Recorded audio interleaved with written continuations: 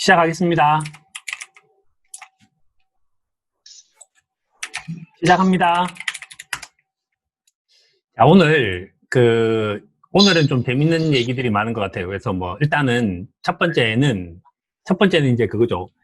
최이로님이 올려주신 글 중에서 일단 미국 FRB에서 자료가 나오고, 그리고 그러고 난 다음에 아시아 주식이 빠졌다. 그리고 이제 선진국 주식시장도 빠졌다. 그래서 이제 이 부분에 대한 얘기를 좀 많이 하게 되는 것 같아요. 그래서 최이로님이 이제 자료를 하나 올려주셨는데, 이제 그 자료가 이제 영어로 돼 있는데, 저도 사실은 이렇게 CFA 공부도 하고 이렇게 했지만, 영어를 잘 못해요. 그래서 영어를 잘 못하는데, 저 같은 사람은 그럼 도대체 이제 그런 뉴스를 도대체 어떻게 접하고 하느냐라고 얘기를 하면, 전 처음에 이제 알려드린 것 중에서, 국제금융센터 이거 기억나시죠? 국제금융센터에 들어오면, 여기 보면 뭐가 있냐면 속보가 있지 않습니까? 속보에 이게 나왔죠. 8월 20일. 미국 연준 FOMC 리포트. 그래서 얘를 누르고요.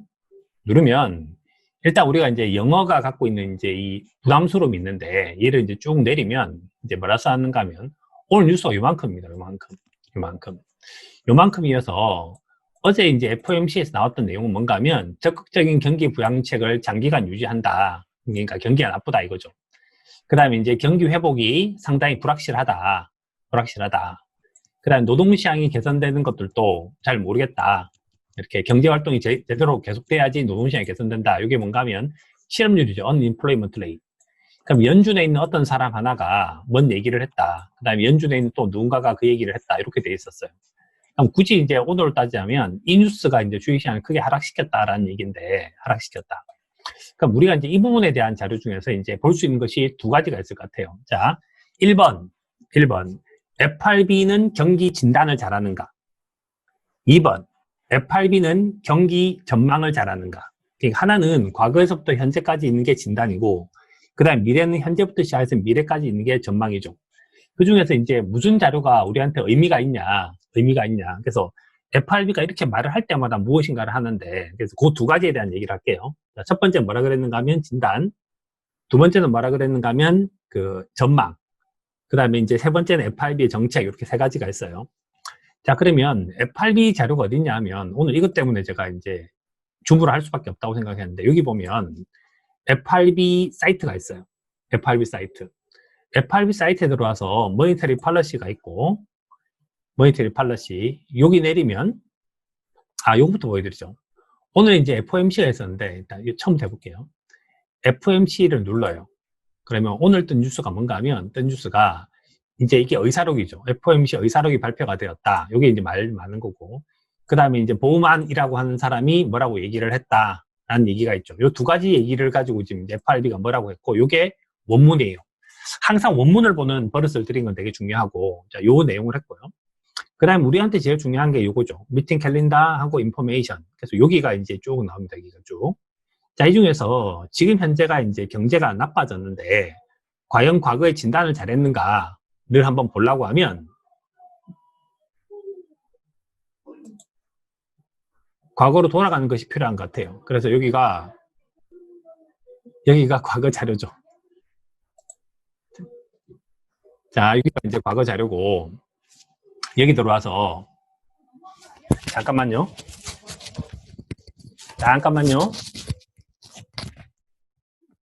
여기, 잠깐만요.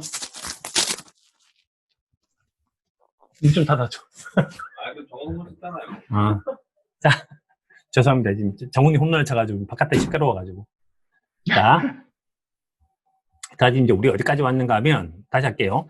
진단을 잘하느냐, 그 다음에 처방을 잘하느냐. 진단을 잘하는가를 보려고 하면 패드에 들어와서, 이제 패드에 들어와서, 요 자료, 통화정책, 여기 통화정책, 모니터리 팔러시, 그 다음 미팅 캘린더 앤드 인포메이션, 이라는 자료가 있고, 여기 보면 과거 자료가 있어요.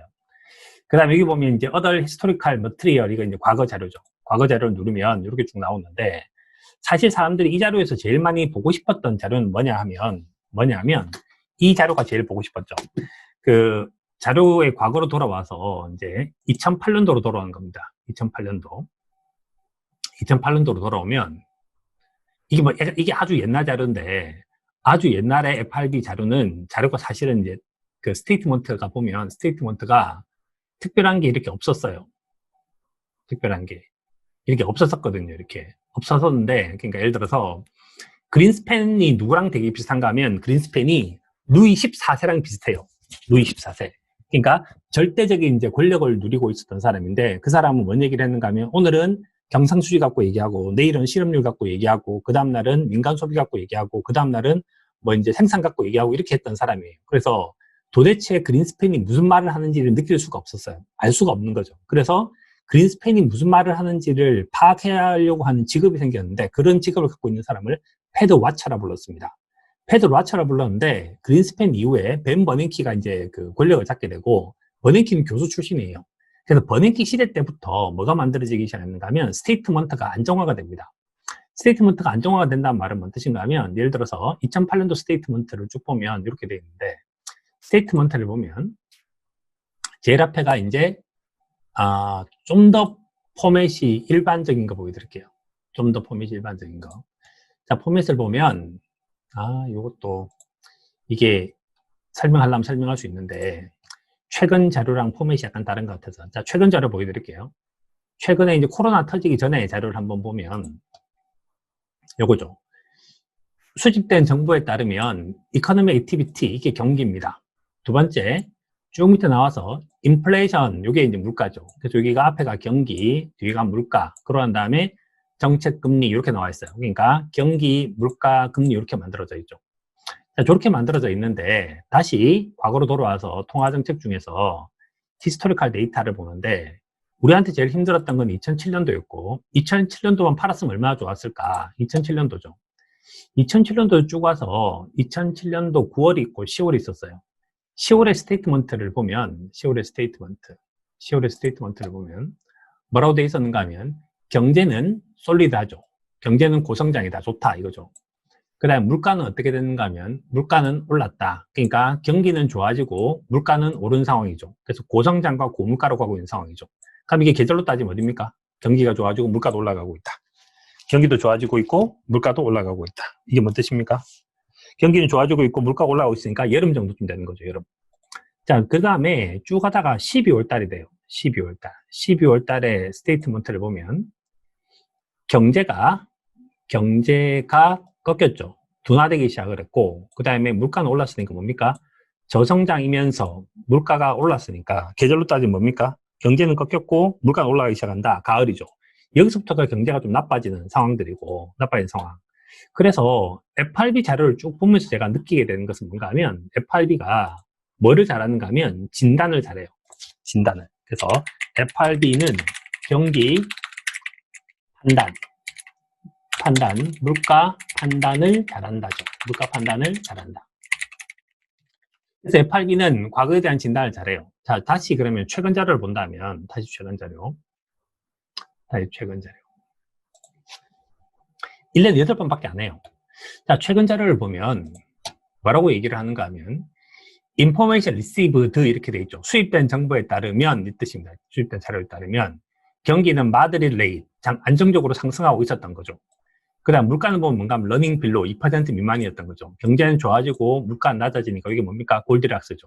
그래서 그때 이 자료를 보고 우리가 뭘 했는가 하면 봄이다 라고 생각하고 투자를 했던 거예요. 그러다 갑자기 코로나가 터지면서 이제 상황이 되게 나빠졌고, 그래서 저는 이제 이게 돌풍이라는 단어를 쓰게 된 건 이런 이유 때문입니다.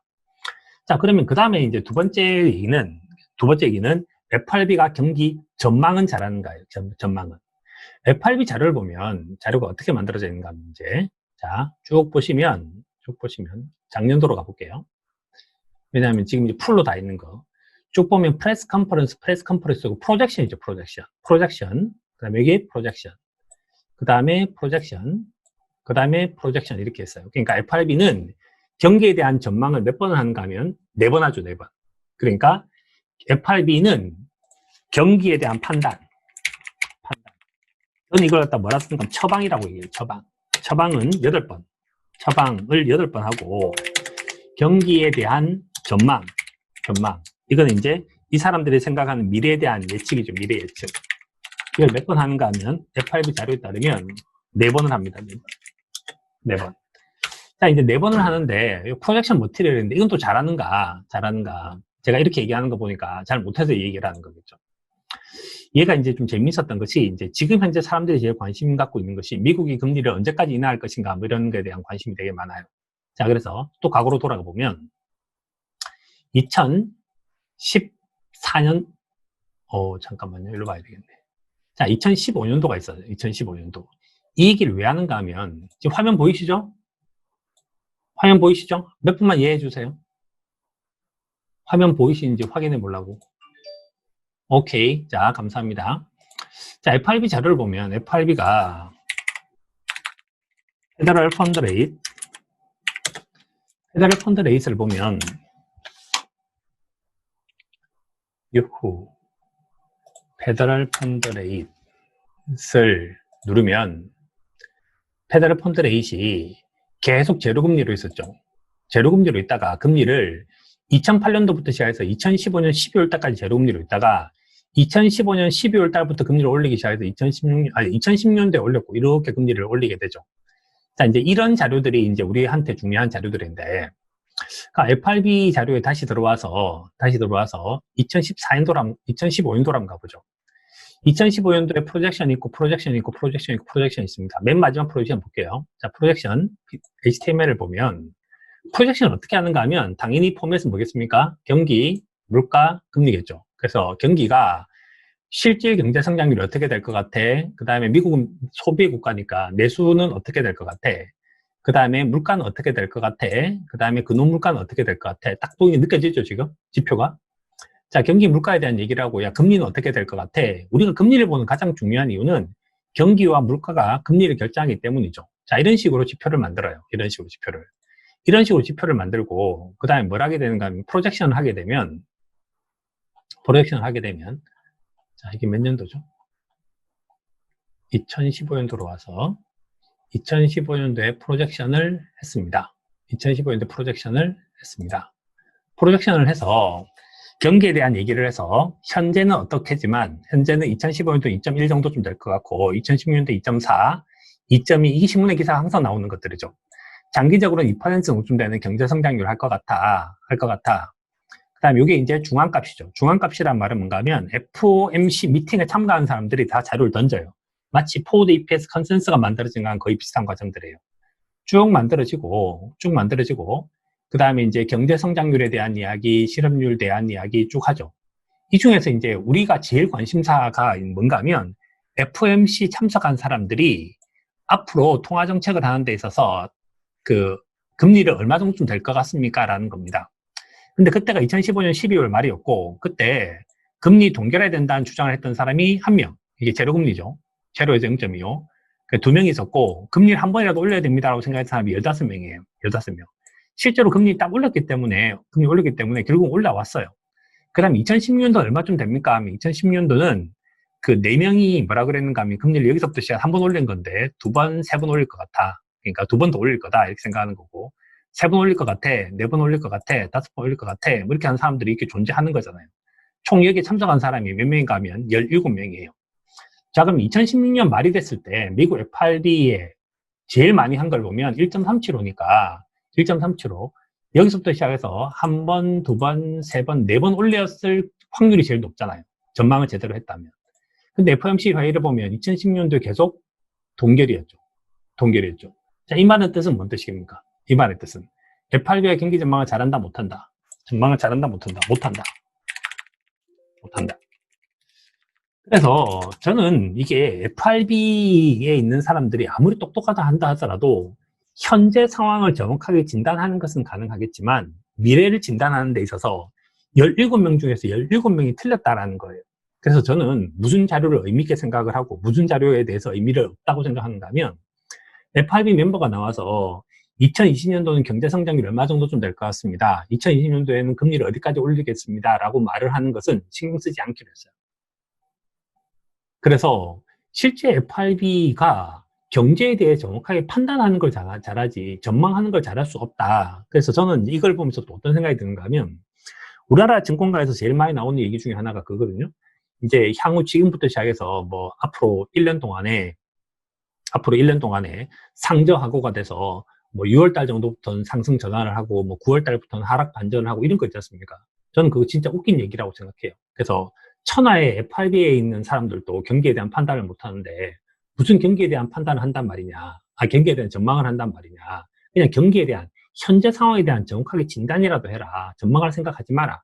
이게 제 생각입니다. 그래서 오늘 현재 뜬 자료를 가지고 얘기를 한다면 저는 지금이 현재 주식시장이 상승하거나 혹은 하락하니까 저는 언론사 기자들과 애널리스트가 말을 만든다고 생각을 해요. 말을 만든다. 그래서 제가 이제 오늘 카톡에 그런 말을 썼지만 그 사서 버는 사람과 팔아서 버는 사람은 다른데 증권사에 있는 대부분의 사람들은 셀사이드라고 말씀드린 적이 있었는데 이 사람들은 팔아야 되는 거죠. 그러니까 결국은 수없이 많은 회전을 요구를 하는 것들이고, 그런데 이제 이게 사야 되는 사람 입장에서 우리가 지금 중요하게 생각하는 부분들은 뭔가 있는가 하면 현재 상황밖에 없다고 저는 생각하거든요. 현재 상황. 현재 상황은 뭐냐 하면 미국의 경기 지표는 좋아져 가고 있고 미국의 물가는 되게 낮은 상태에서 10이어 이제 그 브레이크 이븐 자료 본다 그랬겠습니까?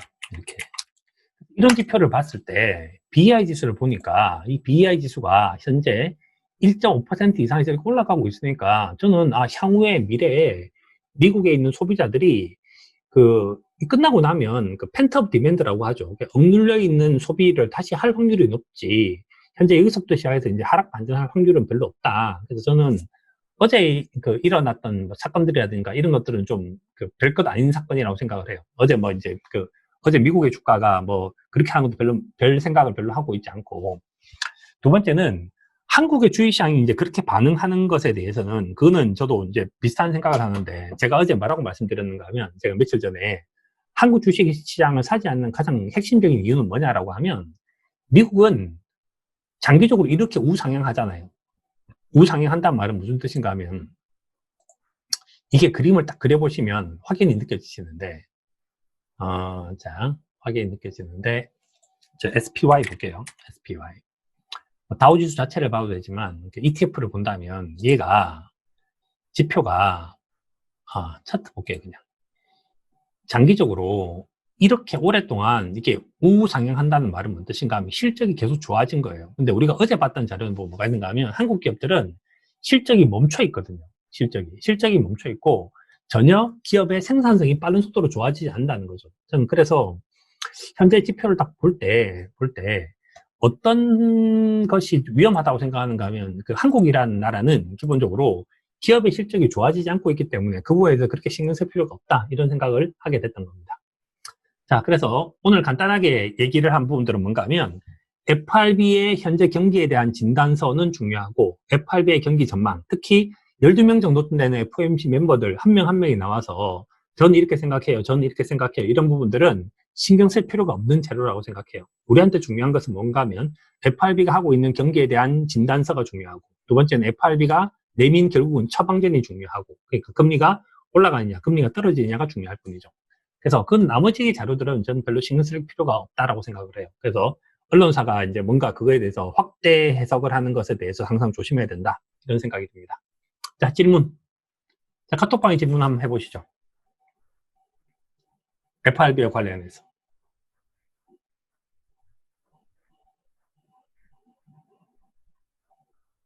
뭐 특별히 질문이 없으신가요?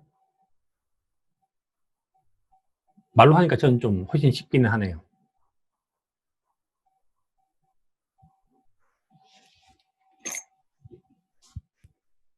뭐 특별한 이야기 없으십니까?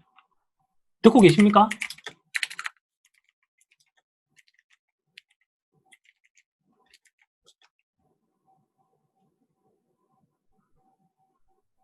예.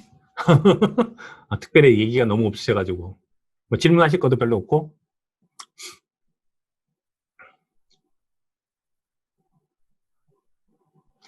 그러니까 처방전을 발행할 때는 미래가 어떻게 되겠지라는 생각으로 내리지 않을까요? 그러니까 저는 이 질문이 그거 같아요. 그러니까 FRB가 현재에 충실하지 미래에 충실하지는 않는 것 같아요. 그래서 FRB는 밸런싱을 하는 사람이지 밸런스를 하는 사람은 아닌 거고, 우리가 사는 삶의 방식도 거의 비슷하다고 저는 생각을 하는데 하루하루 최선을 다하고 하루하루 보람있게 인생을 사는 거지 앞으로 이렇게 될 거니까 이렇게 해야 되겠지라고 생각하지 않는다는 거예요. 그래서 저는 FRB 자료에서 제일 좀 충격을 받았던 부분들이, 야, 어쩜 저렇게 현재 경제에 대해서 항상 단어가 뭔가 하면, 다시 보여드릴게요. FRB에서 쓰는 항상 단어는 뭔가 하면 최근 거 보여드릴게요. 최근 자료를 보면 이것도 2019년도가 더 이제 루틴하겠네요. 2019년도 자료에 들어와서 자료를 보면 이것도 설명을 드려야 되겠구나. FRB가 있는데 이 포맷을 바꾸잖아요. Information Received. 그러니까 이 사람들도 자료를 수집을 하는 거죠. 수집을 했더니 그 다음에 고용은 어떻고 이렇게 설명하는 가장 큰 이유는 그거겠죠. 미국에서는 소비가 제일 중요하니까. 여기서 제일 주어가 Economic Activity has been 이겁니다. has been. 여기서 뒤에 나와 있는 has been이라고 하는 전부 다 그 뭐를 쓰는가 하면 현재, 그러니까 현재 혹은 과거 혹은 현재 분사를 쓰지 여기가 Economic Activity will be라는 단어를 쓰지 않는다는 거예요. shall be 이런 단어를 쓰지 않는다는 거예요. 그래서 항상 현재에 대한 얘기를 한다는 거고, 그 다음 rising at solid rate 뭐 이런 식의 단어를 쓰는데, 봄이면 어떤 단어를 쓰는가 하면 봄에 쓰는 단어는 이런 단어를 씁니다. recover. 잠깐만요. 이렇게 말로 입력을, 영어가 봄에 제일 많이 쓰는 방법이 recover, pick up, 그 다음에 pick up, 그 다음에 moderate. 이런 단어를 많이 써요. 여름에 많이 쓰는 단어가 solid, expand, 그 다음에 가을이 되면 slow, decline, 겨울이 되면 decelerate, weaken, 이런 단어를 좀 많이 쓰는 경향을 보입니다. yield curve control요. 이게 또 어려운 얘기인데, 이 yield curve control이라고 하는 건 뭔가 하면, yield curve control? 이 yield curve control이 뭔가 하면, 갑자기 또 그 질문을 하셔가지고,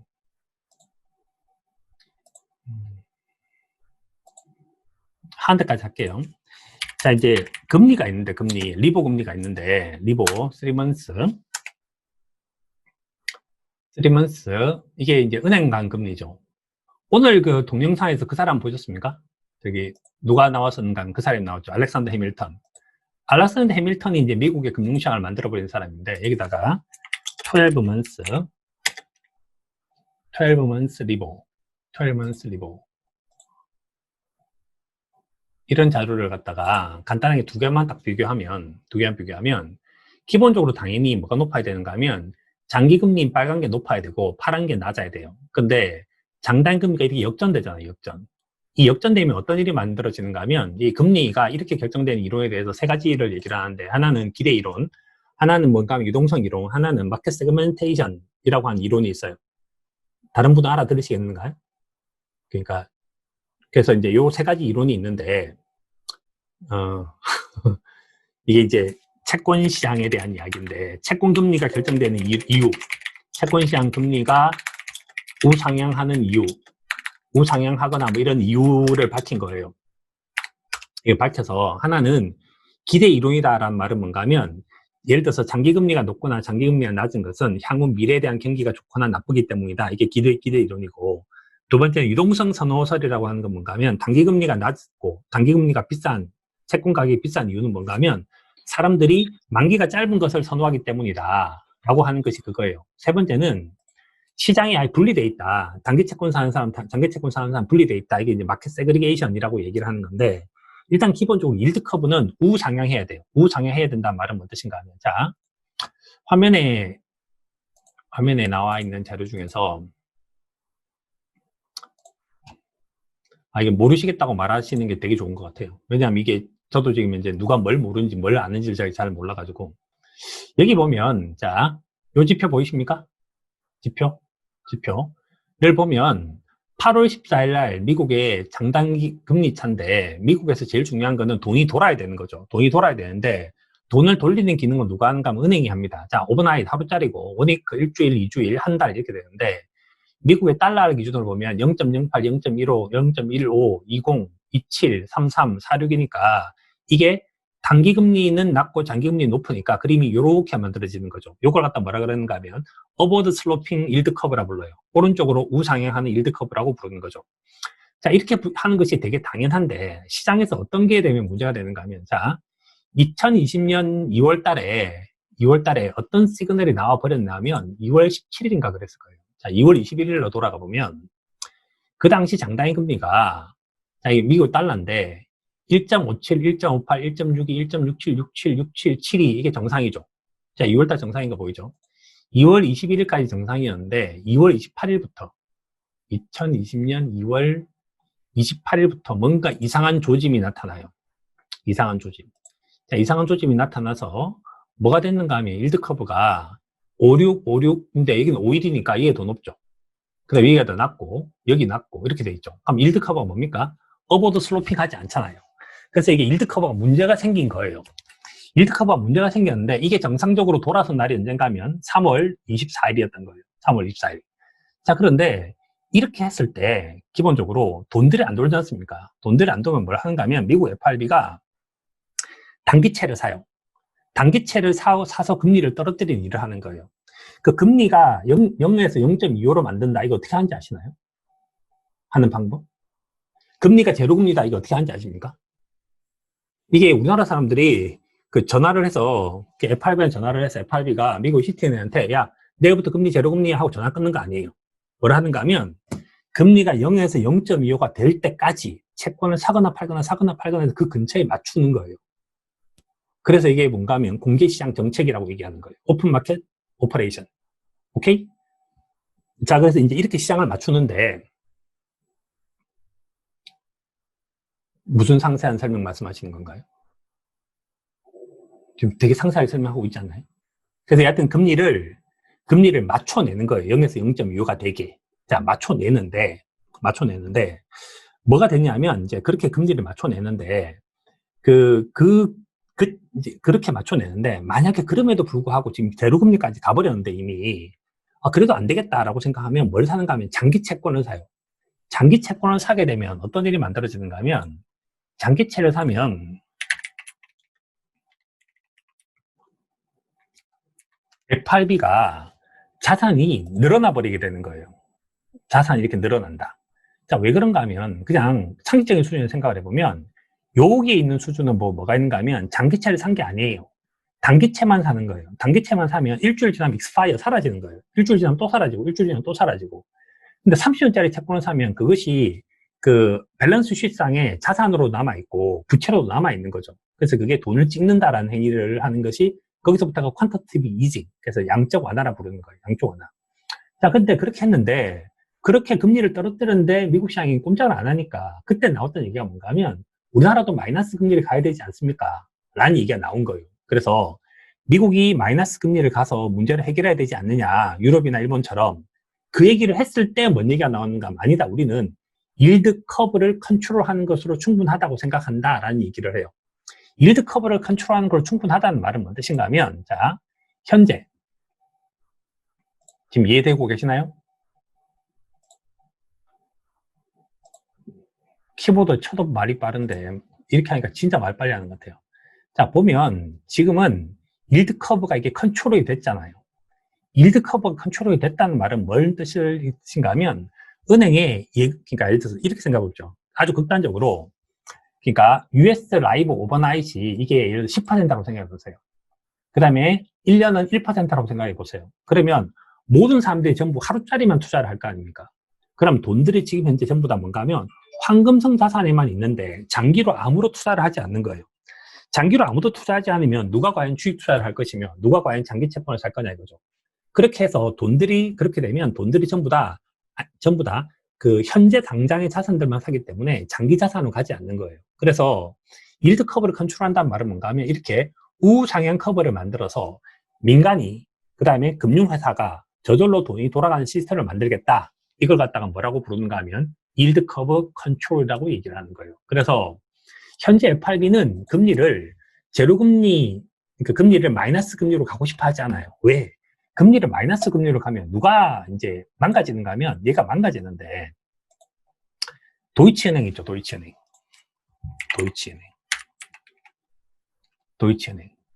도이치은행이 있는데 도이치은행이 금융위기 직후에 주식시장이 2008년 금융위기 직후에 전혀 반등을 하지 못했죠. 요 그림은 보이시나요? 지금 제가 화면이 양쪽에 떠 있어갖고. 야, 그래서 뭐가 되는가 하면, 마이너스 금리를 하게 되면, 시장에 별로, 이제 특히 금융시장에 별로 좋지 않아요. 그래서 저는 그걸 그렇게 생각했는데, 미국이 일드 커브를 컨트롤 하겠다는 뜻은 뭔 뜻인가 하면, 은행을 죽이지 않고, 은행의 수익성을 살리지 않고, 은행이 갖고 있는 자금 중개 기능은 계속적으로 강화시키겠다. 이 정도쯤으로 저는 해석이 됩니다. 자, 여기까지 할게요. 또 질문 있으십니까? 자, FRB 자료는 굉장히 중요한 자료예요. 굉장히 중요한 자료고, FRB가 경기가 좋다라고 한다, 나쁘다고 한다라고 하는 자료들을 보면 되는데, 저는 쭉 보니까 FRB가 그 책 있지 않습니까? 제가 사계절 투자법. 사계절 투자법 맨 마지막에 제가 뭐라는가 하면, 이렇게 써놨죠. 잠깐만, 요건 제가 이걸 보여드리면 되겠네. 주의 편안하십니까? 해보시니까?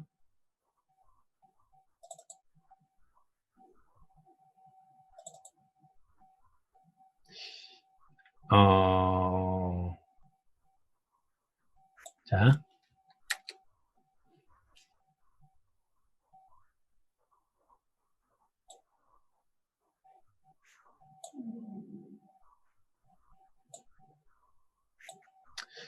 FRB에서 경기에 대한 발표를 해서 제가 제일 이제 중하게 여기는 것 중에 하나가 이거 책에 있죠. 이게 뭐라 써놨는가 하면 FRB 경기 상승 발표, FRB 경기 하강 발표를 써놨죠.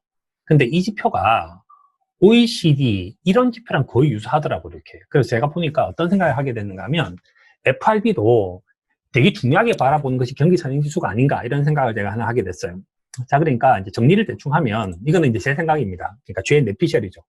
제가 지금까지 FRB의 플레이를 봤을 때 FRB는 경기 선행지수가 상승하면 상승이라고 발표를 하는데 그 다음에 FRB는 경기가 나빠지면 금리를 떨어뜨리는데 경기가 미국은 확장 기간이 길고 후퇴 기간이 되게 짧잖아요. 미국 FRB는 경기에 우리나라는 제가 이거 말씀드렸죠. 우리나라는 3보 전진 2보 후퇴하는 그런 나라지만 미국은 6보 전진 1보 후퇴하는 나라다. 그 다음에 경기 확장이 길고 경기 후퇴가 짧다. 그리고 그 이유는 미국 FRB가 항상 경기에 대한 선제적으로 대응하기 때문이다. 특히 FRB가 되게 잘하고 있고 그래서 FRB는 경기가 나빠지면 금리를 굉장히 빠른 속도로 떨어뜨리고요. 근데 언제쯤 되면 금리를 이제 금리를 올릴게 라고 생각하는가 하면 경기 선행지수가 좋아지는 수준으로 하는 것이 아니라 실물 경제가 좋아져야만 금리를 올리는 것 같더라고요. 그러니까 결국은 FRB는 경기가 나빠지면 빨리 금리를 떨어뜨리고 경기가 좋아진다고 한다 하더라도 실물 경제가 좋아질 때까지 좀 기다리는 경향성이 있구나. 이건 제 뇌피셜입니다. 그래서 그런 식의 패턴을 보이는 것 같아요. 자, 지금 이제 장유 선생님 질문하신 것 중에서 이게 장유 선생님 질문하신 건데 단기채를 사고 장기채를 팔면 장기금리 올라가고 장기금리 내려가기 컨트롤하는 거냐? 단기채를 사고 장기채를 팔지 않아요. 그래서 기본적으로 이것도 약간 어려운 얘기인데 자, 일반적으로는 단기 채권을 사서 금리를 인하하는 효과를 만들어내요. 그 다음에 위기와 같은 것이 닥칠 때 금융위기의 경우에 장기채를 사서 그러니까 정확하게 장기채를 산다는 말은 뭔가 하면 단기채도 사고 장기채도 사는 거죠. 그 다음 뭐 사는가 하면 모기지 채권도 사고 이렇게 그래서 이런 채권들을 장기적으로 사서 그 차변 대변을 다 늘려서 이렇게 해서 이제 뭐라 하는가 하면 양적 완화를 한다는 거죠. 그러면 그 앞에 부분들 단기 채권을 사서 금리 인하는 것 요 얘기가 뭔가 하면 요 얘기는 이거는 질적인 부분이에요. 근데 금융위기의 경우에 이렇게 되는 부분은 뭐가 있는가 하면 이렇게 되는 것은 질적인 부분도 있고 양적인 부분도 있는 거예요. 그런데 무슨 문제가 있는가 하면 오늘 질문이 좀 재미가 있네요. 좀 뭔가 재밌네요. 뭐가 있냐면 미국이 브레이크이븐이 있죠. 브레이크이븐.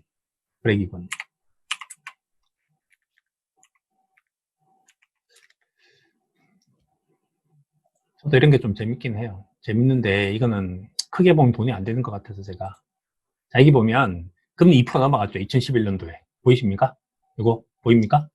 그러면 금리가 이렇게 2011년도에 이렇게 금리 높았으면 금리를 올려야 된다, 떨어뜨려야 된다? 올려야 되잖아요. 근데 안 올렸잖아요. 왜 안 올렸는가 하면 이때 실물 경제가 여전히 나빴어요. 실물 경제가 나쁘다는 말은 뭔 뜻인가 하면 오늘 미국이 이제 그 실업률에 대한 얘기를 한 것은 이건데 실업률이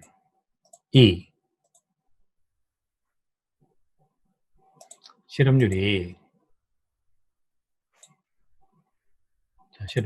보시면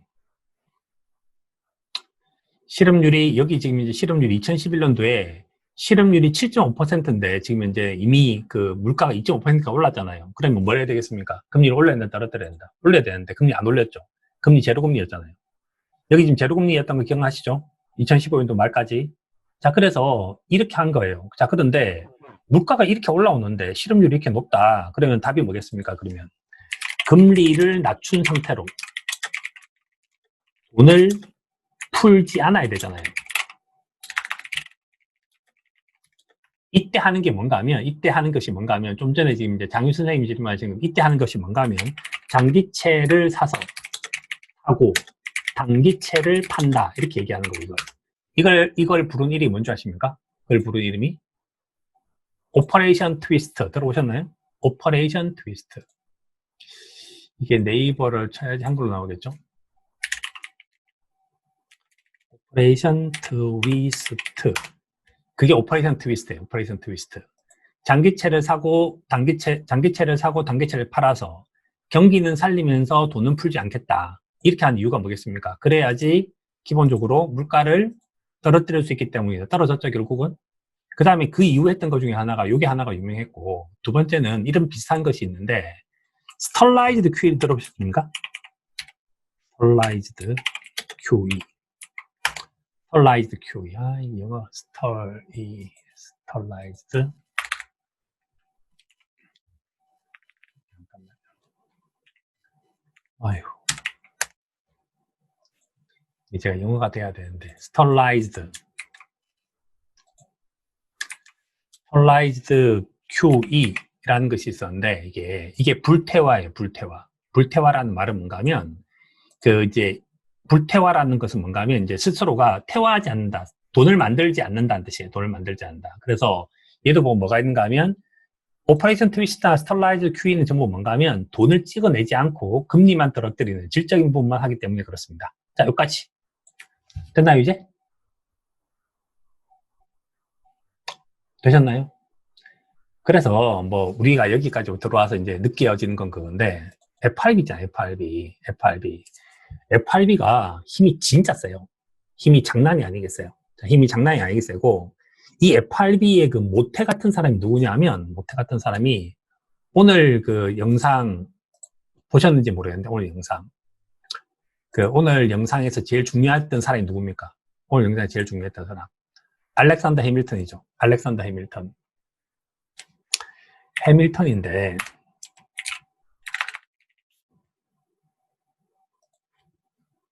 이게 영상이 다 잘려 있더라고요. 이 아저씨가 이제 알렉산더 해밀턴이라는 사람인데 알렉산더 해밀턴이 그 미국의 금융을 만들어버린 사람이죠. 이 알렉산더 해밀턴이라는 사람이 되게 이제 의미 있는 사람인데 알렉산더 해밀턴이 어떤 주장을 하게 되는가 하면 제가 동영상만 한 3TB쯤 있거든요. 나중에 저는 이제 동영상만 갖고 진짜 공부도 한번 되게 해보고 싶어요. 자, 자연스럽게 이제 이쪽으로 한번 넘어가 보죠. 이게 제가 그 다음엔 많이 하면 이거 되게 하고 싶은 영상 중에 하나인데 이 영상이 그 뭔가 하면 그 월스트리트라고 하는 10부작 드라마입니다. 10부작이고 여기 보면 채권이 어떻게 만들어지고 뭐 주식은 어떻게 만들어지고 파생 상품이 어떻게 만들어지고 뭐 이런 것들에 대한 얘기가 나와요. 자, 쭉 나오는데 여기서 이제 되게 멋있는 장면이 나옵니다. 여기서부터 볼게요. 한번 같이 보시죠. 국가는 건국 당일부터 재정난에 시달린다. 머리 하나를 사이에 두고 양쪽이 가까운 관계를 유지한 적이 있습니다. 1789년 4월 30일 미국의 초대 대통령 조지 워싱턴은 뉴욕 증권거래소 건너편에 있는 페더럴홀에서 취임식을 가졌다. 뉴욕을 임시 수도로 정한 이 신생 국가는 건국 당일부터 재정난에 시달린다. Washington's army needed to finance itself in the war. 항상 전쟁을 하게 되면 용병이 필요하고 용병을 한테 돈을 주기 위해서 뭐가 필요한가 하면 돈이 필요해요. 그 돈을 이제 끌어당기는데 여기서 항상 사고가 터지죠. 루이 14세가 여기서 졌고 펠리페 2세도 여기서 졌고 그 다음에 이제 전쟁 중에 이제 돈을 갖고 전쟁 중에 채권 발행하고 채권 사고 채권 팔고 해서 돈 제일 많이 번 사람이 로스차일드 가문이에요. 로스차일드 가문. 그래서 로스차일드 가문이 지금까지 나와 있는 이유는 다 여기 때문이죠. Sometimes they would just go and sort of seize food from farmers. We borrowed money from the French 미국이 이제 돈을 갖다 이렇게 론을 했습니다. 론. and from the Dutch, vast amounts from both of them. But they would issue an IOU. And then later IOU가 본드로 바뀌었다. 이게 되게 중요한 얘기죠. on, these were converted into bonds.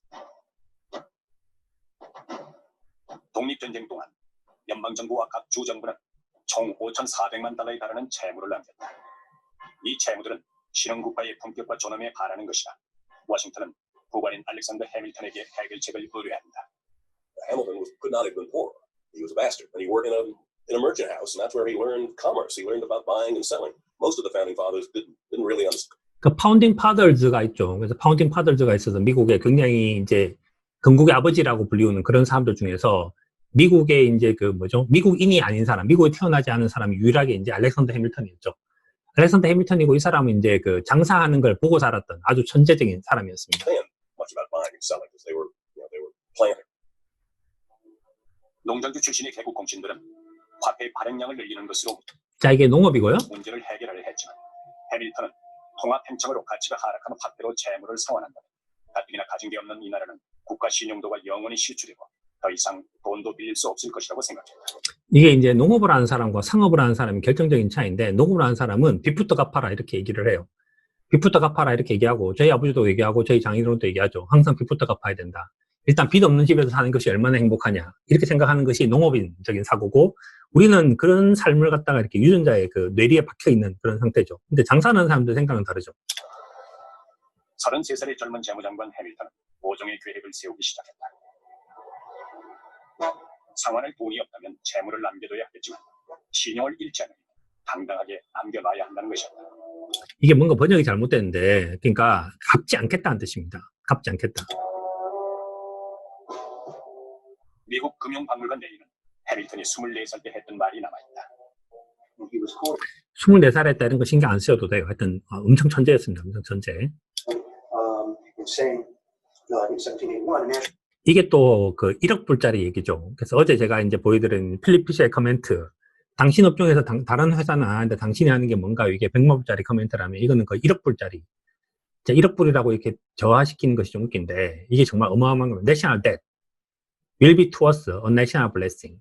국가의 부채는 우리에게 축복이라는 뜻이에요. 국가의 부채는 축복이다. 중간에 괄호가로 if it is not excessive. 반드시 그것이 과도하지만 않다면.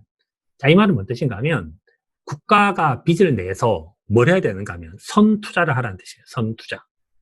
국가가 인프라를 깔아라 라는 것을 의미하거든요. 국가 인프라를 깔아라. 그런데 국가가 인프라를 까는데 if it is not excessive. 근데 그것이 과도하면 안 된다. 과도하면 안 된다는 말은 뭔 뜻인가 하면 국채를 발행하는 것은 미래 세대들한테서 받을 텍스를 기반으로 하는 거 아닙니까? 그래서 빚을 못 갚으면 안 된다. 이 말은 빚만 갚을 수 있다면, 즉 이자만 낼 수 있다면 돈은 빌려주는 것이 좋다라는 겁니다. 그래서 이게 이제 농업인의 생각과 상업인의 생각이 너무너무 다른 건데, 그래서 우리가 이제 사업을 하는 사람들의 심리 이런 거라는 거죠. 제가 좀 되게 황당했던 것 중에 하나 워렌 버핏인데, 버핏.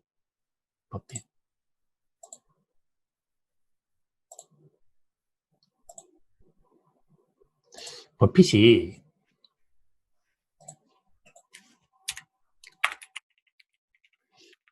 지금 저희 방에 계신 분 중에서 이제 사업하신 분들도 되게 많고, 그 다음에 이제 그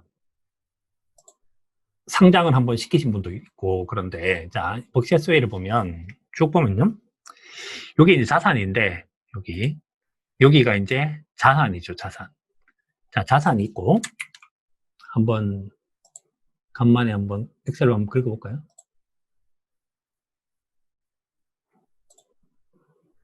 자, 이게 자산이죠. 자, 이게 자산이고, 그 다음에 여기가 자본이에요, 자본. 여기가 자본. 그럼 빼면 뭡니까? 빼면 부채죠. 부채. 자, 그러면 계산을 해보면 부채 나누기 총자산 하게 되면 이게 50% 나오죠, 50%. 50%. 근데 워렌 버핏이 이걸 거의 비슷하게 맞춰요. 50%대로. 이 말은 뭔 뜻인가 하면 이 두 개의 밸런스가 되게 좋아요. 두 개의 밸런스. 두 개의 밸런스. 이 말은 뭔 뜻인가 하면 사람들이 이제 사는데 내가 갚을 수 있는 부채만 된다고 생각하면 자산이 늘어나면 늘어난 자산으로 부채를 갚는 것이 아니라 자산과 그러니까 뭐지? 순자산과 그다음에 부채가 같이 느는 거죠. 그리고 항상 생각을 해보면 이걸 1대1로 맞추면 되는 거예요. 1대1로 맞추면. 그래서 내가 100억 있으면 100억 빌려서 뭐 하고 200억 있으면 200억 빌려서 뭐 하고 300억 있으면 300억 빌려서 뭐 하고 그러니까 경제가 성장하는 이상 부채를 줄이지 않아요. 줄이지 않는데 워렌 버핏이 그 돈 많은 할아버지가 뭔 얘기를 했는가 하면 자기 모기지 돈을 갚는데도 70 몇 살이 될 때까지 끝까지 그걸 갚았거든요. 그래서 아니 낮은 금리인데 그걸 갚을 이유가 뭐가 있냐. 금리가 높으면 당연히 갚아야 되지만 금리가 높지 않으면 갚을 생각이 없는 거예요. 이게 정말 놀라운 발상의 전환이죠. 그래서 그 알렉산더 해밀턴이 했던 말은 뭔가 하면 부채를 뎃을 뭘로 바꿔버렸는가 하면 얘를 본드로 바꿔버린 거예요. 그래서 돈을 갚아버려야 되는, 그러니까 은행한테 돈을 갚아야 된다 이런 것이 아니라 채권을 발행해서 항상 발행액을 유지시켰다. 그리고 이것이 미국이라는 나라가 굉장히 고도 성장을 하게 됐던 그런 이유가 되는 거고요. 그 다음 오늘 뭐 영상 시간이 좀 너무 많이 돼서 8시 50분인데 미국이라는 나라를 보면 이제 미국 지도를 보면 미국이라는 나라는 정말 재미있는 나라지 않습니까? 미국만 가지고도 얘기를 진짜 많이 할 수 있는데 미국이라는 나라가 여기서 이제 있었었는데 미국의 곡창지대가 다 어디 있었는가 하면 여기 시카고 옆에 보면 이제 오데오가 있고 여기죠. 여기 이제 오데오가 있고 여기에서 이제 그 곡물 생산이 많이 돼요. 여기 딱 여행 가보시면 아시겠지만 뭐 그러니까 어마어마하죠. 그러니까 옥수수밭 한번 나오면 뭐 한 10시간 동안 내 옥수수밭, 밀밭 한번 나오면 밀밭 한번 10몇 시간 동안 밀밭 뭐 이렇지 않습니까? 길은 하나밖에 없고 전부 다 이제 쭉쭉 뻗어 있고. 근데 여기 보면 미국 사람 다 뉴욕에 살았어요. 그러면 뉴욕에서 얘를 받아야 되는데 누가 있었는가? 잠깐만요. 미국의 초대 그 뉴욕 주지사고 클린턴이라는 사람이 있었어요. 클린턴. 미국 초대 뉴욕 주지사였던 조지 클린턴이라는 사람인데 조지 클린턴. 이 아저씨도 이제 엄청난 일을 했죠. 엄청난 일. 이 사람이 이제 결국 죽어버려서 일찍 죽어서 대통령이 못 되는데 이 사람이 대통령이 됐으면 우리는 이제 2명의 클린턴을 만날 수도 있었어요. 근데 이 클린턴이 뭘 했는가 하면 미국에서 여기 보면 여기 이리호가 있잖아요. 이리호가 있는데 요 이리호가 있는 곳까지 뭔가 이렇게 이리호를 여기다 이제 그 운하를 뚫고 싶었던 거예요. 운하를 뚫고 싶은 돈이 없지 않습니까? 돈이 없으면 어떻게 해야 되겠습니까? 어떻게? 그때 뭘 했는가 하면 미국 뉴욕에서 이 사람을 찾아가요. 그래서 뭘 했는가 하면 그 당시에 채권 발행을 해요. 채권 발행.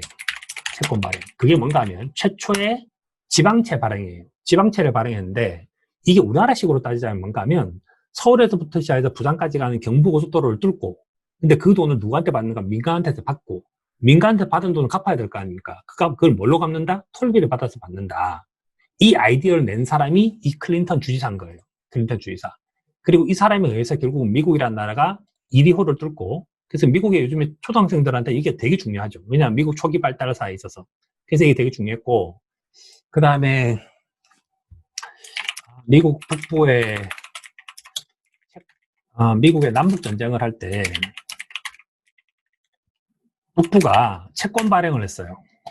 북부가 채권 발행을 했는데 그 사람 이름이 기억이 안 나는데 미국에서 뭘 했는가 하면 이 남북전쟁을 했을 때 1등 공신이 누구였는가 하면 채권 브로커예요. 채권 브로커. 제이쿡한테 이게 이제 누가 했는가 하면 미국의 리 장군이라고 합니다. 리 장군이 그런 이야기를 했죠. 우린 전쟁에서 한 번도 진 적이 없다. 근데 우리는 졌는데 누가 졌는가 하면 제이쿡한테 졌다. 근데 제이쿡이 뭘 했던 사람인가 하면 공모라는 아이디어를 처음으로 마련한 사람이에요. 공모. 그래서 공모라는 아이디어를 처음으로 마련을 해서 여기 있네요.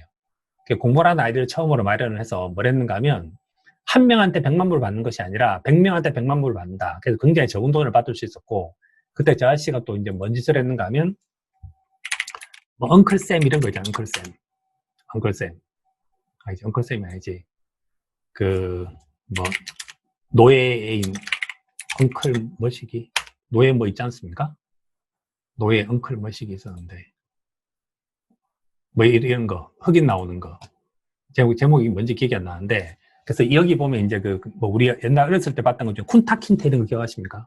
그래서 뭐 도망가면 뭐 이제 엄지발가락 잘라가지고 못 가게 하고 이렇게 했던 거. 그래서 그 책을 보여주면서 미국에 있는 아줌마들한테 돈을 한 푼 한 푼 다 받은 거예요. 돈을 한 푼 한 푼 다 받아가지고 미국이 북부가 돈이 엄청 많았던 거죠. 미국 북부가 돈이 엄청나게 많아서 미국 북부가 결국은 전쟁 자금을 조달할 수 있었고, 그래서 결국은 이겼다 이겁니다. 그래서 미국의 남북 전쟁에서 북부가 이겼던 이유는 북부가 채권 발행하는데 성공했기 때문이고, 미국 남부는 그냥 도네이션을 받았죠.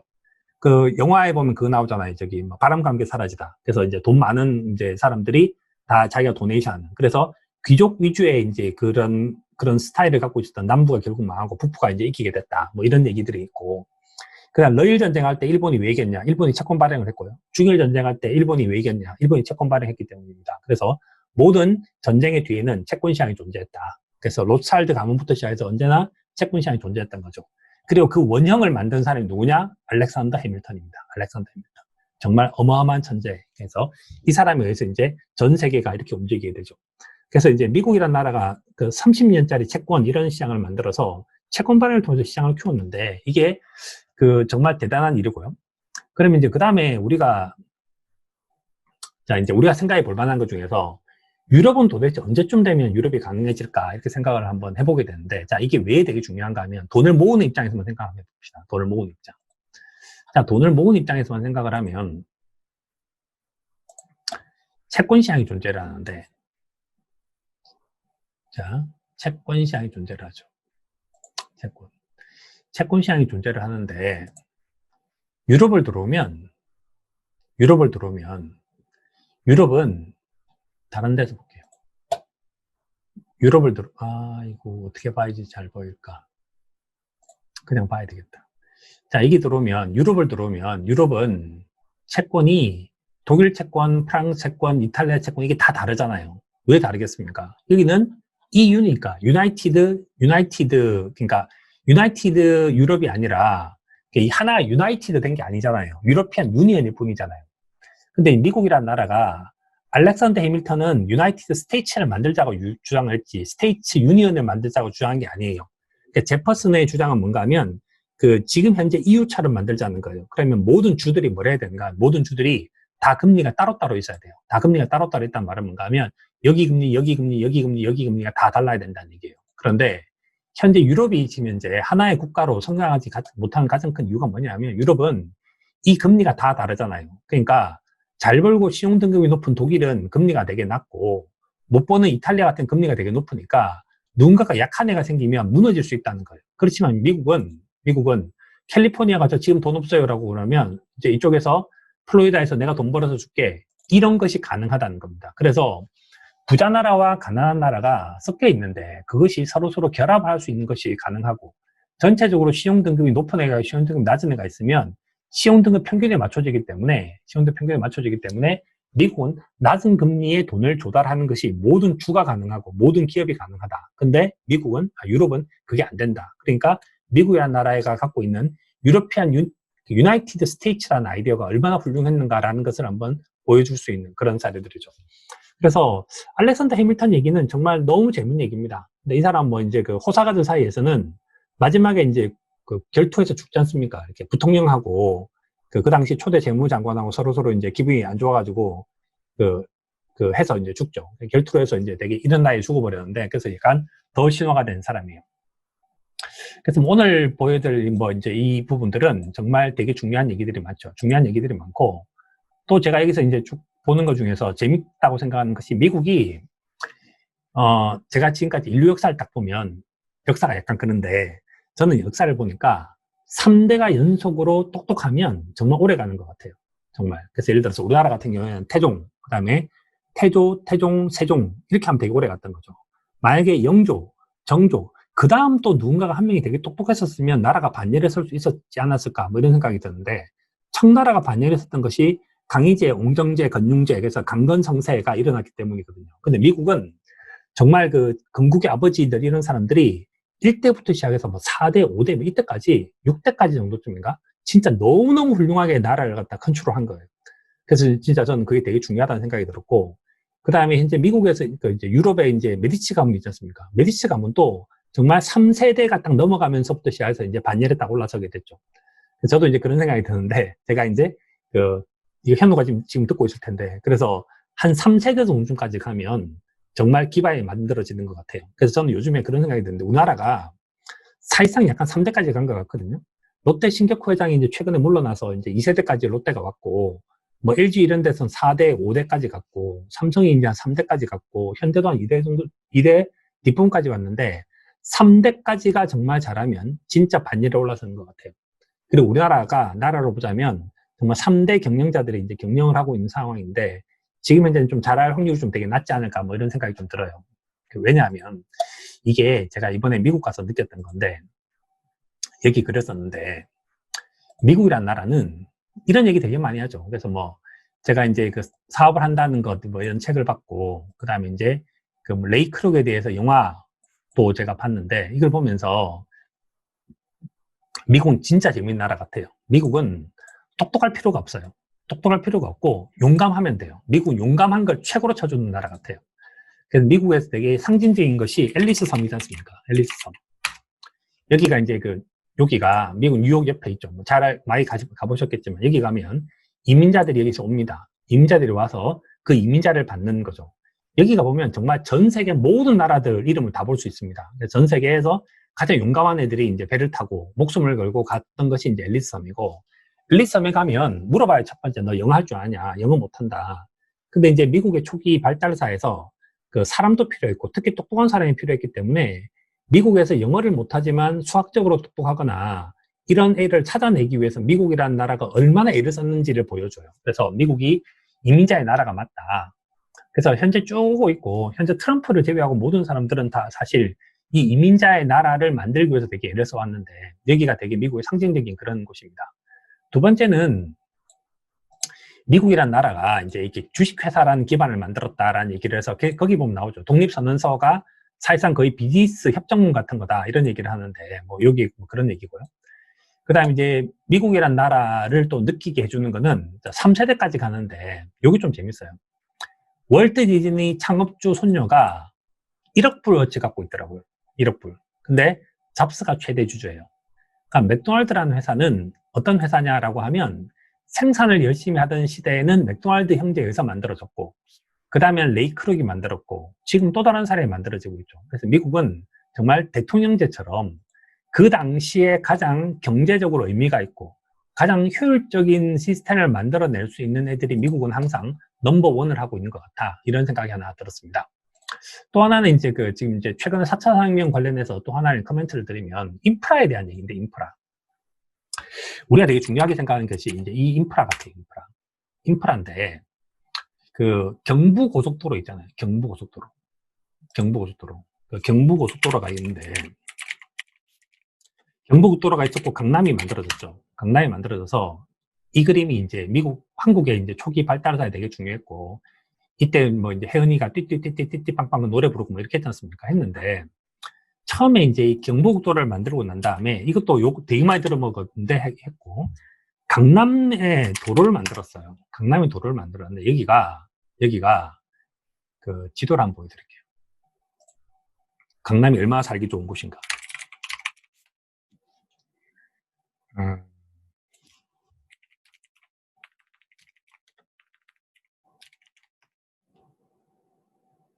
자, 인데요. 지도 보기.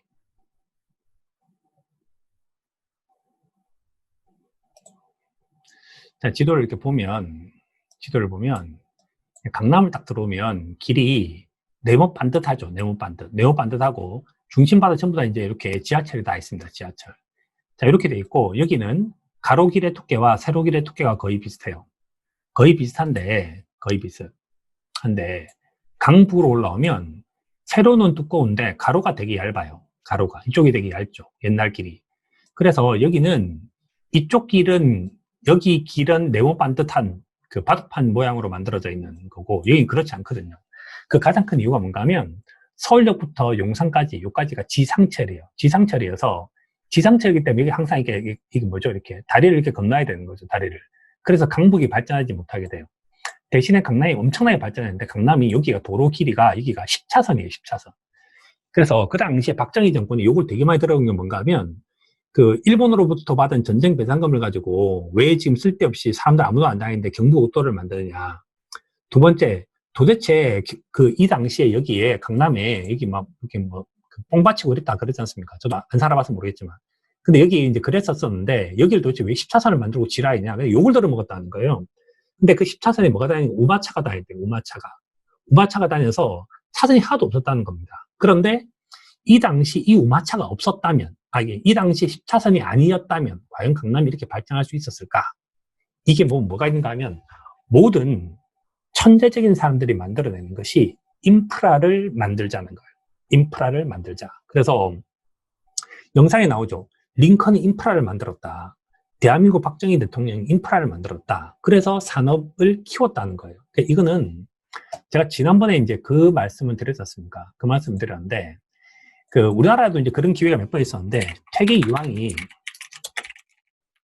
선생이 신장로를 만들자는 얘기를 해요. 신장로를 만들자. 퇴계 이황이 신장로를 만들자. 이거 이건희 회장이 있었던 거. 제가 예전에 링크를 한번 해드린 적이 있는데, 퇴계 이황이 이 사람이 캐캐 묵은 사람이 아니에요. 국력을 키우려면 길을 동서로 5개, 남북으로 3개를 만들자. 집집마다 소를 2마리씩 키우자. 이게 뭐겠습니까? 인프라를 깔자는 얘기예요. 인프라를 깔자. 소를 2마리 키우면 어떻게 된다. 뭐 이런 얘기를 하고 있는데 이건 진짜 아름다운 글이에요. 다시 한번 보여드릴게요. 이게 한번 첫 번째 기회가 있었는데 이때 이제 이 퇴계 이황이 있었던 시절에 왕이 누구였는가 하면 선조였지 않습니까? 선조가 뭐라 했는가 하면 오랑캐 쳐들어온다고 못하겠어요. 그래서 이 선조는 정말 나쁜 놈이에요. 이걸 했고, 두 번째는 누굽니까? 연안 박지원이 열알기에서 청나라 얘기를 합니다. 청나라 얘기를 하면서 그 당시 우리나라가 보부상들이 있었잖아요. 보부상들이 있어서 상업의 발달하지 않고 우리나라는 보부상들이 이 짓을 하고 다니지 않습니까? 이 짓. 그럼 여기다 짐을 많이 실을 수 있냐는 거예요. 그래서 이렇게 하지 말고 수레를 끌자는 얘기를 해요. 수레를 끌자. 그래서 뭔 얘기를 하는가 하면 연안 박지원이 열알기에 쓴 글이 뭔가 하면 우리나라도 청나라처럼 수레를 만든다고 생각을 하면 사람들이 상업이 발달하고 그러면 산업이 발달하고 그러면 우리나라가 잘 먹고 잘 살 수 있습니다라는 얘기를 해요. 그때 이제 조선의 관료들이 뭔 얘기를 하는가 하면 쓸데없는 소리 하지 마시오. 청나라는 땅이 넓고도 넓지만 조선은 산이 70%씩이나 되기 때문에 안 됩니다. 이렇게 얘기를 해요. 그때 박지원이 나오면서 한마디를 하죠. 그래서 당시 사람들한테 수레를 주면 스스로가 길을 뚫을 거다라는 얘기를 해요. 그게 전부 다 뭔가 하면 인프라에 대한 얘기, 인프라. 근데 이제 이 인프라가 결국은 제가 볼 때는 그 다음 성장을 이제 마련하게 할 텐데, 인프라에 대한 마인드셋을 한번 보여드리는 걸로 오늘 대충 끝낼게요. 9시 너무 늦다. 자, 보시면 제가 미국 가기 전에 이게 진짜 놀랐었는데, 지금 우리가 인프라, 길에 대한 얘기를 하고 있는데, 영상에서도 길에 대한 얘기를 되게 많이 하죠. 미국이 로드웨이, 레일웨이, 에어포트가 전부 다 1등이에요. 중국이 2등 이렇게 되죠.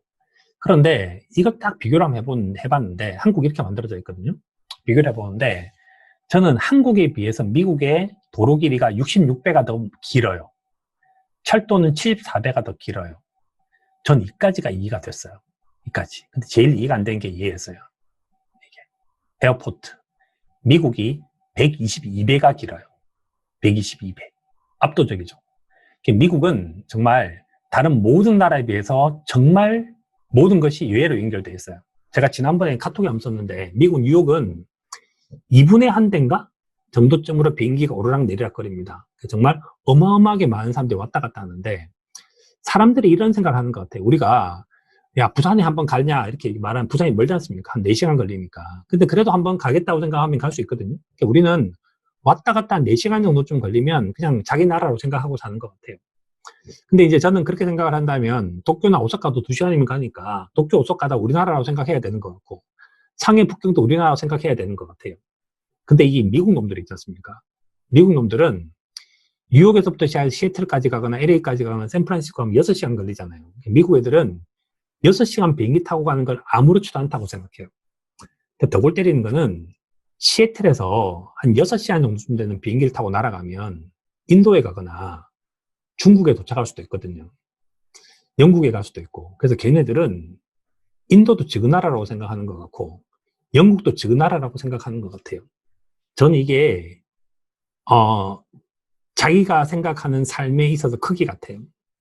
제가 이제 미국에 딱 가서 느꼈던 게 그건데, 저는 이제 제가 옛날에 처음에 금융배우에 산다는 책을 썼을 때 그런 생각 했었거든요. 이 책이 문턱은 낮고 천장은 높았으면 좋겠다. 사람들이 이제 생각을 하려고 하는 사람한테도 되게 많은 답을 주고, 그 다음에 모르는 사람도 봤으면 좋겠다. 한국은 사회 전체가 문턱이 너무 높고 천장이 너무 낮은 것 같아요. 특히 제일 짜증나는 게 천장이 너무 낮아요. 정말 천장이.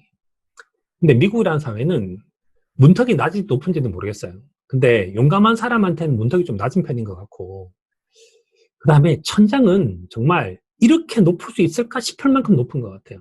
천장이 끝이 없는 것 같아요. 너 하고 싶어? 어디까지 하고 싶어? 네가 하고 싶은 거 다 해봐. 저는 그래서 이번에 이제 이 영상을 딱 보면서 그런 생각을 많이 했어요. 그래서 공자님 말씀대로 공군신신 부부자자, 그래서 임금은 임금답고 신하는 신하답고 이런 생각이 들었었는데, 미국이란 나라는 정말 권력을 갖고 있는 사람은 어떻게든지 민간이 뭐든지 네가 하고 싶은 거 다 해. 이걸 풀어주기 위해서 저렇게 애를 쓰는 사람이 존재할까? 이런 생각이 좀 들고, 그 다음에 인프라를 만드는데 목표가, 제가 어제 선진화에 대한 얘기를 했는데, 문턱은 최대한 낮추고 천정은 최대한 높여서 네가 하고 싶은 거 다 해. 이걸 만들어주는 나라 같아요. 그래서 미국이라는 나라가 되게 이제 너무 크고 너무 넓고 하기 때문에 중간중간 정도 좀 구멍이 되게 많이 나 있지만, 그 구멍 나 있는 것조차도 전부 산업의 기회가 되는 그런 부분들이 아닌가 이런 생각이 들고, 하여튼 저는 알렉산더 해밀턴이라든지 이런 사람들 보면 정말 굉장히 감동적인 삶을 살았던 사람들이죠. 그 다음에 이제 그 사람들이 정말 지금까지 인류 역사에 없었던 새로운 프레임을 그렸던 사람들이고, 그 사람들은 정말 대단한 생각을 하고 온 것 같아요. 우리나라에서는 그런 생각을 했던 사람이 옛날에 정주영 회장님이 그 얘기 했지 않습니까? 정주영 회장이 펀딩을 되게 잘 받아요. 그래서 이순신 장군 그려져 있는 화폐 들고 가서 돈 빌리는 얘기도 되게 유명하고 하죠. 그래서 예전에는 이제 정주영 회장이 제일 많이 한 게 그거 하지 않습니까? 왜 안 되냐? Why not? Why not? 그래서 임자 해봤어? 이런 거 있지 않습니까? 그래서 그 스피릿이 저는 벤처 정신 같아요. 그래서 해봤냐? 그래서 그런 게 되게 중요하고, 저도 박정희 대통령 좋아하진 않지만 박정희 대통령도 그거 있지 않습니까? 임자가 해봐. 이런 거 있지 않습니까? 그래서 일단 참 그 정신은 정말 너무 고귀했던 정신이라는 생각이 들어요. 그래서 경제가 효율적이다라고 하는 잣대를 본다면, 옳다 그르다 이게 아니라 효율적이라는 잣대를 놓고 본다라고 하면, 저렇게 인프라를 깔고 철학을 깔고 이런 사람들이 존재했기 때문에 우리가 그 위에서 뭔가 플레이를 하는 거죠. 근데 이제 좀 안타까운 거는, 제가 이제 요즘에도 계속 질문을 하고 답변하고 이렇게 하면서 느껴지는 거지만, 한국 사람은 저는 약간 오소독스한 기질이 있는 것 같아요. 그래서 공자님이 이렇게 얘기를 했어. 그 다음에 투자를 하는데 기법이 뭐뭐래. 그래서 저는 그걸 좀 벗어나야 될 좀 필요가 있다. 이런 생각을 좀 많이 합니다. 오늘 또 제가 무지하게 열심히 떠들었는데, 나름 도움이 되셨나 모르겠네요.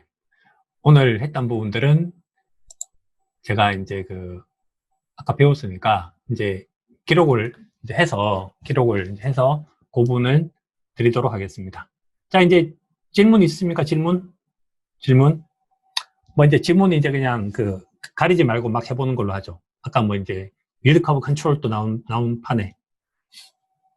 자, 질문.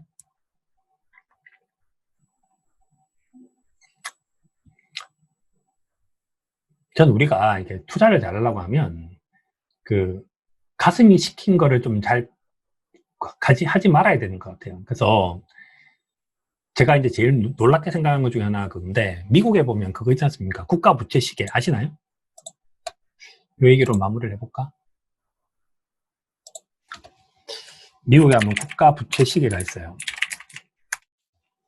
이거 국가 채무 시계 이거 있거든요. 이게 되게 유명하잖아요.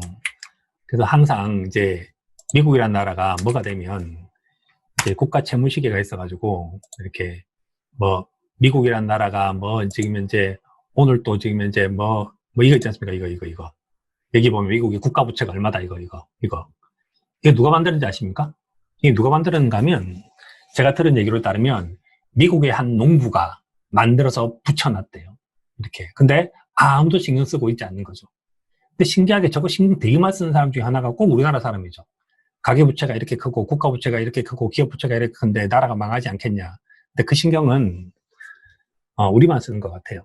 이렇게. 그래서 뭐 이거는 하여튼 뭐 그렇습니다.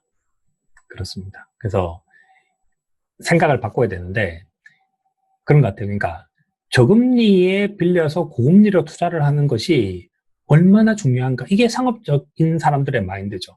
그래서 알렉산더 해밀턴을 배워야 돼요. 그래서 우리가 관리할 수 있는 부채라고 생각을 한다면 낮은 금리에 사서 높은 금리로 운용한다. 이게 투자의 1번 같은 거거든요. 근데 우리는 절대 돈을 빌리면 안 돼. 하여튼 그놈은 절대란 단어 있잖아요. 절대. 제가 볼 때 절대란 단어는 정말 나쁜 단어인데 그 옛날에 이제 공정씨가 쓴 소설에도 나오는데 절대로가 있고 그래도가 있고 그다음에 어차피라는 단어가 있는데 절대로가 제일 나쁜 단어 같아요. 제일 좋은 단어는 그래도 같아요. 그래도 해내야 된다. 그래도 해야 된다.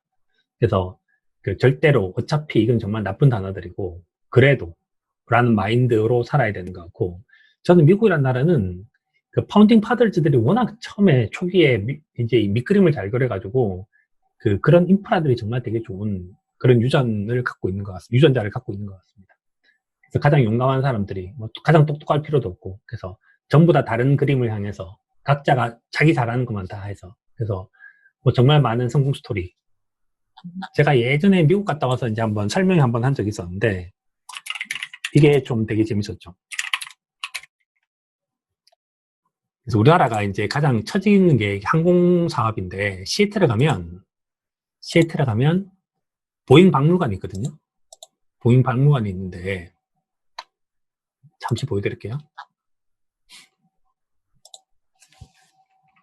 보잉에 가면 레드반이라고 있어요.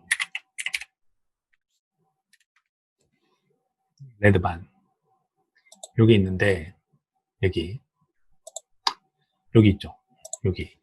여기 있는데 여기 들어가 보면 뭘 하는가 하면 요거 있죠. 요거 그래서 미국이란 나라가 이제 초기에 시애틀이라고 하는 지역이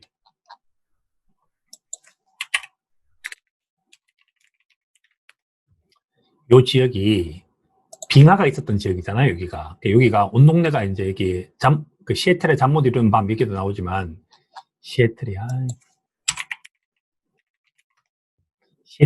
여기가 온 동네가 이렇게 강이 있거든요. 강이 있는데 이 강을 지나면 버팔로를 잡아먹을 수 있었던 거죠. 그래서 미국 애들이 여기다가 이제 비행기를 타고 싶다는 생각이 들었던 거예요. 근데 그 비행기를 타는 것에 대해서 누가 이 비행기를 조종하는 걸 만드는가 하면 자전거빵 하던 애가 만들었어요. 자전거빵 하는 애가. 그래서 그 천재인 물리학자가 실패를 하고 자전거를 하는 애가 비행기에서 제일 중요한 건 엔진이 아니라 조종이다. 그래서 이제 이렇게 조종하는 거다라는 생각을 하게 되죠.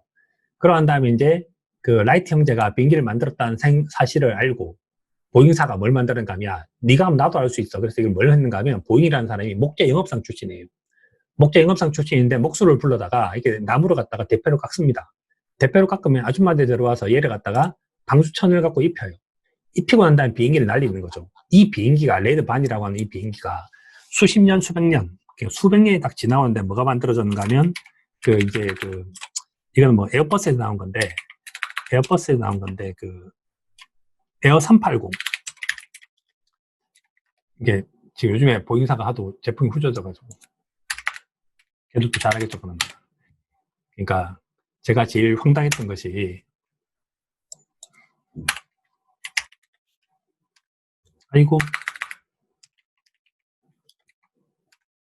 에어버스 380 있지 않습니까? 이거 2층짜리 제가 이제 비행기를 갈 때 이걸 타고 갔는데 제가 이걸 타고 가면서 되게 쫄았죠. 와, 미국이란 나라 이런 비행기도 만드는데 우리는 죽었다 깨나도 이런 거 못 만들 거야 이런 생각하고 미국을 딱 갔는데 레드반을 본 거죠. 레드반을. 아, 저 새끼도 옛날 찌질했었구나. 별거 아니었구나. 결국 나도 200년 지나고 300년 지나면 에어버스 380을 만들 수 있겠군 이런 생각이 들더라고요. 그래서 우리한테 제일 중요한 거는 시간인 것 같아요. 시간.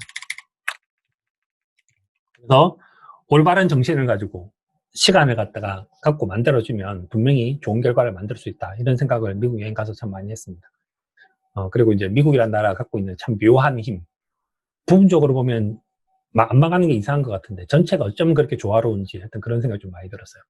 오늘 제가 좀 이따가 영상 뭐 하나 올려드릴 건가 하면 정부가 도대체 왜 가장 훌륭한 벤처 기업인가에 대한 자료가 하나 있거든요. 테드에서 봤는데 그거 제가 나중에 링크를 한번 걸어서 올려드리도록 하겠습니다.